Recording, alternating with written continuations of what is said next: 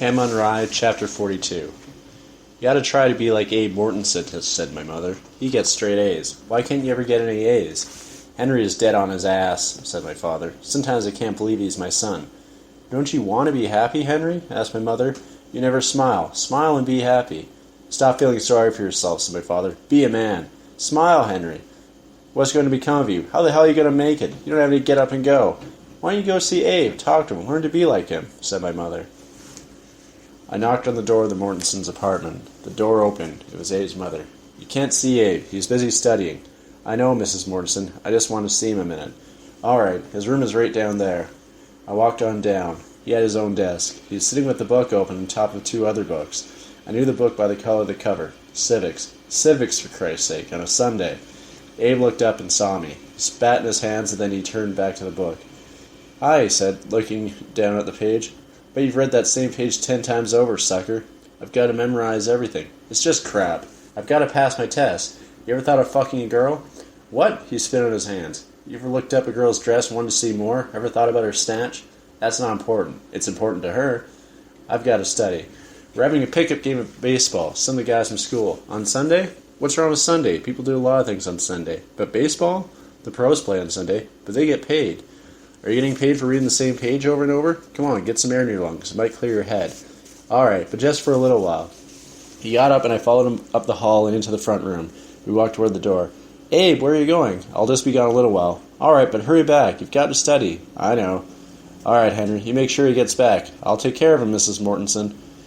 There was Baldy and Jimmy Hatcher and some other guys from school and a few guys in the neighborhood. We only had 7 guys on each side, which left a couple of defensive holes, but I liked that. I played center field.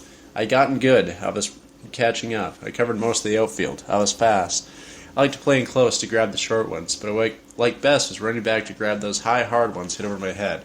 That's what Jigger Stats did with the Los Angeles Angels. He only hit about 280, but the stats he took away from the other team made him as valuable as a 500 hitter. Every Sunday, a dozen or more girls from the neighborhood would come and watch us. I ignored them. They really screamed when something exciting happened. We played hardball. We each had our own glove, even Mortensen. We had the best one. It had hardly been used. I trotted out to center, and the game began. We had Abe at second base. I slammed my fist in the mitt and hollered in at Mortensen, Hey, Abe, you ever jerked off into a raw egg? You don't have to die to go to heaven. I heard the girls laughing. The first guy struck out. He wasn't much. I struck out a lot too, but I was the hardest hitter of them all. I could really put the wood to it. Out of the lot and into the street. I always crouched low over the plate. I looked like a wound-up spring standing there. Each moment of the game was exciting to me. All the games I had missed mowing that lawn, all those early school days being chosen next to last were over. I had blossomed. I had something, and I knew I had it, and it felt good. Hey, Abe, I yelled in. With all that spit, you don't need a raw egg. The next guy connected hard with one, but it was high, very high, and I ran back to make an over-the-shoulder catch. I sprinted back, feeling great, knowing that I'd create the miracle once again. Shit, the ball sailed into a tall tree at the back of the lot. Then I saw the ball bouncing down through the branches. I staged myself and waited. No good, it was going left. I ran left. Then it bounced back to the right. I ran right. It hit a branch, lingered there, then slid through some leaves and dropped into my glove. The girls screamed. I fired the ball into our pitcher on one bounce and trotted back into shallow center. The next guy struck out. Our pitcher, Harvey Nixon, had a good fireball. We changed sides and I was first up. I'd never seen the guy on the mound. He wasn't from Chelsea. I wonder where he was from. He was big all over, big head, big mouth, big ears, big body. His hair fell down over his eyes and he looked like a fool. His hair was brown and his eyes were green, and those green eyes stared at me through that hair as if he hated me. It looks like his left arm was longer than his right. His left arm was his pitching arm. I'd never faced a lefty, not in hardball, but they could all be had. Turn them upside down and they were all alike. Kitten Floss, they called him. Some kitten, 190 pounds. Come on, Butch, hit one out, one of the girls pleaded. They called me Butch because I played a good game and ignored them. The kitten looked at me from between his big ears. I spit in the plate, dug in, and waved my bat.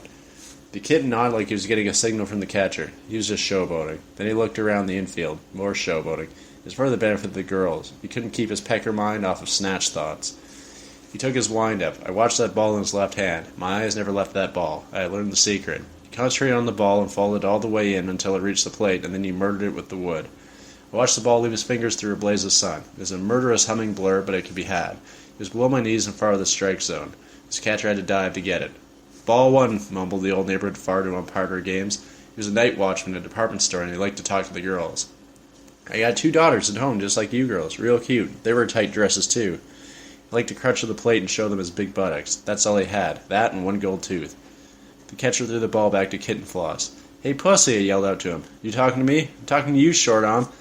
You gotta come closer than that or I'll have to call a cab." "The next one is all yours," he told me. "Good," I said. I dug in. He went through his routine again, nodding like he was getting a sign, checking the infield. His green eyes stared at me through the dirty brown hair. I watched him wind up. I saw the ball leave his fingers, a dark fleck against the sky in the sun, and then suddenly it was zooming toward my skull. I dropped my tracks, feeling it brush the hair of my head. "Strike one," mumbled the old fart. "What?" I yelled. The catcher was still holding the ball. He was as surprised at the call as I was. I took the ball from him and showed it to the umpire. "What's this?" I asked him. "It's a baseball." "Fine. Remember what it looks like."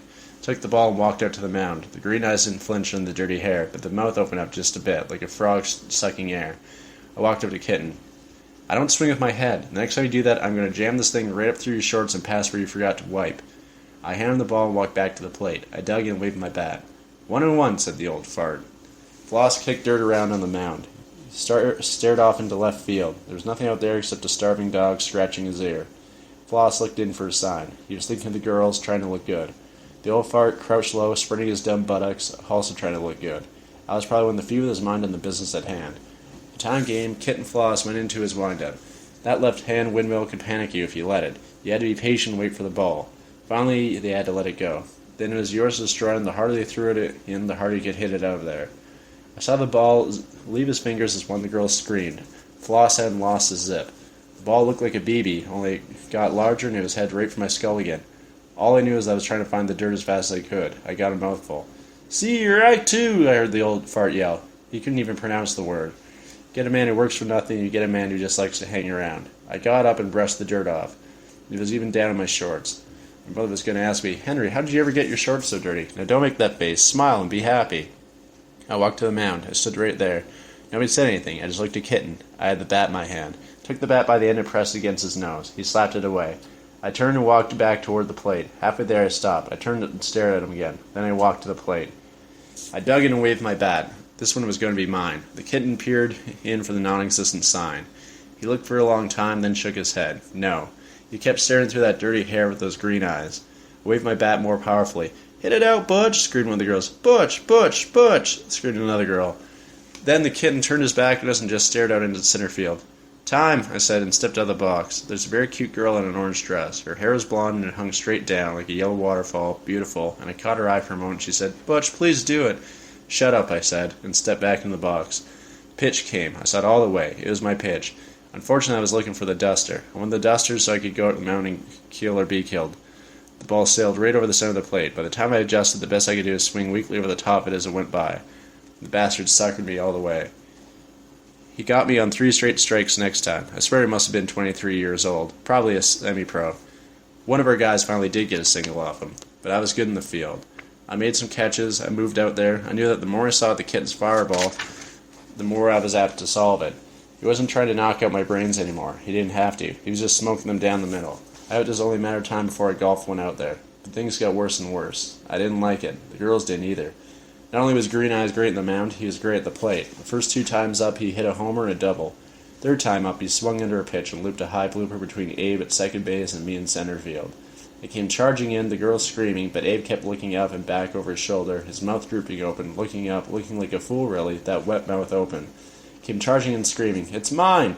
It was really his, but somehow I couldn't bear to let him make the catch. The guy was nothing but an idiot book reader. I didn't really like him, so I came charging him very hard as the ball dropped. We crashed into one another.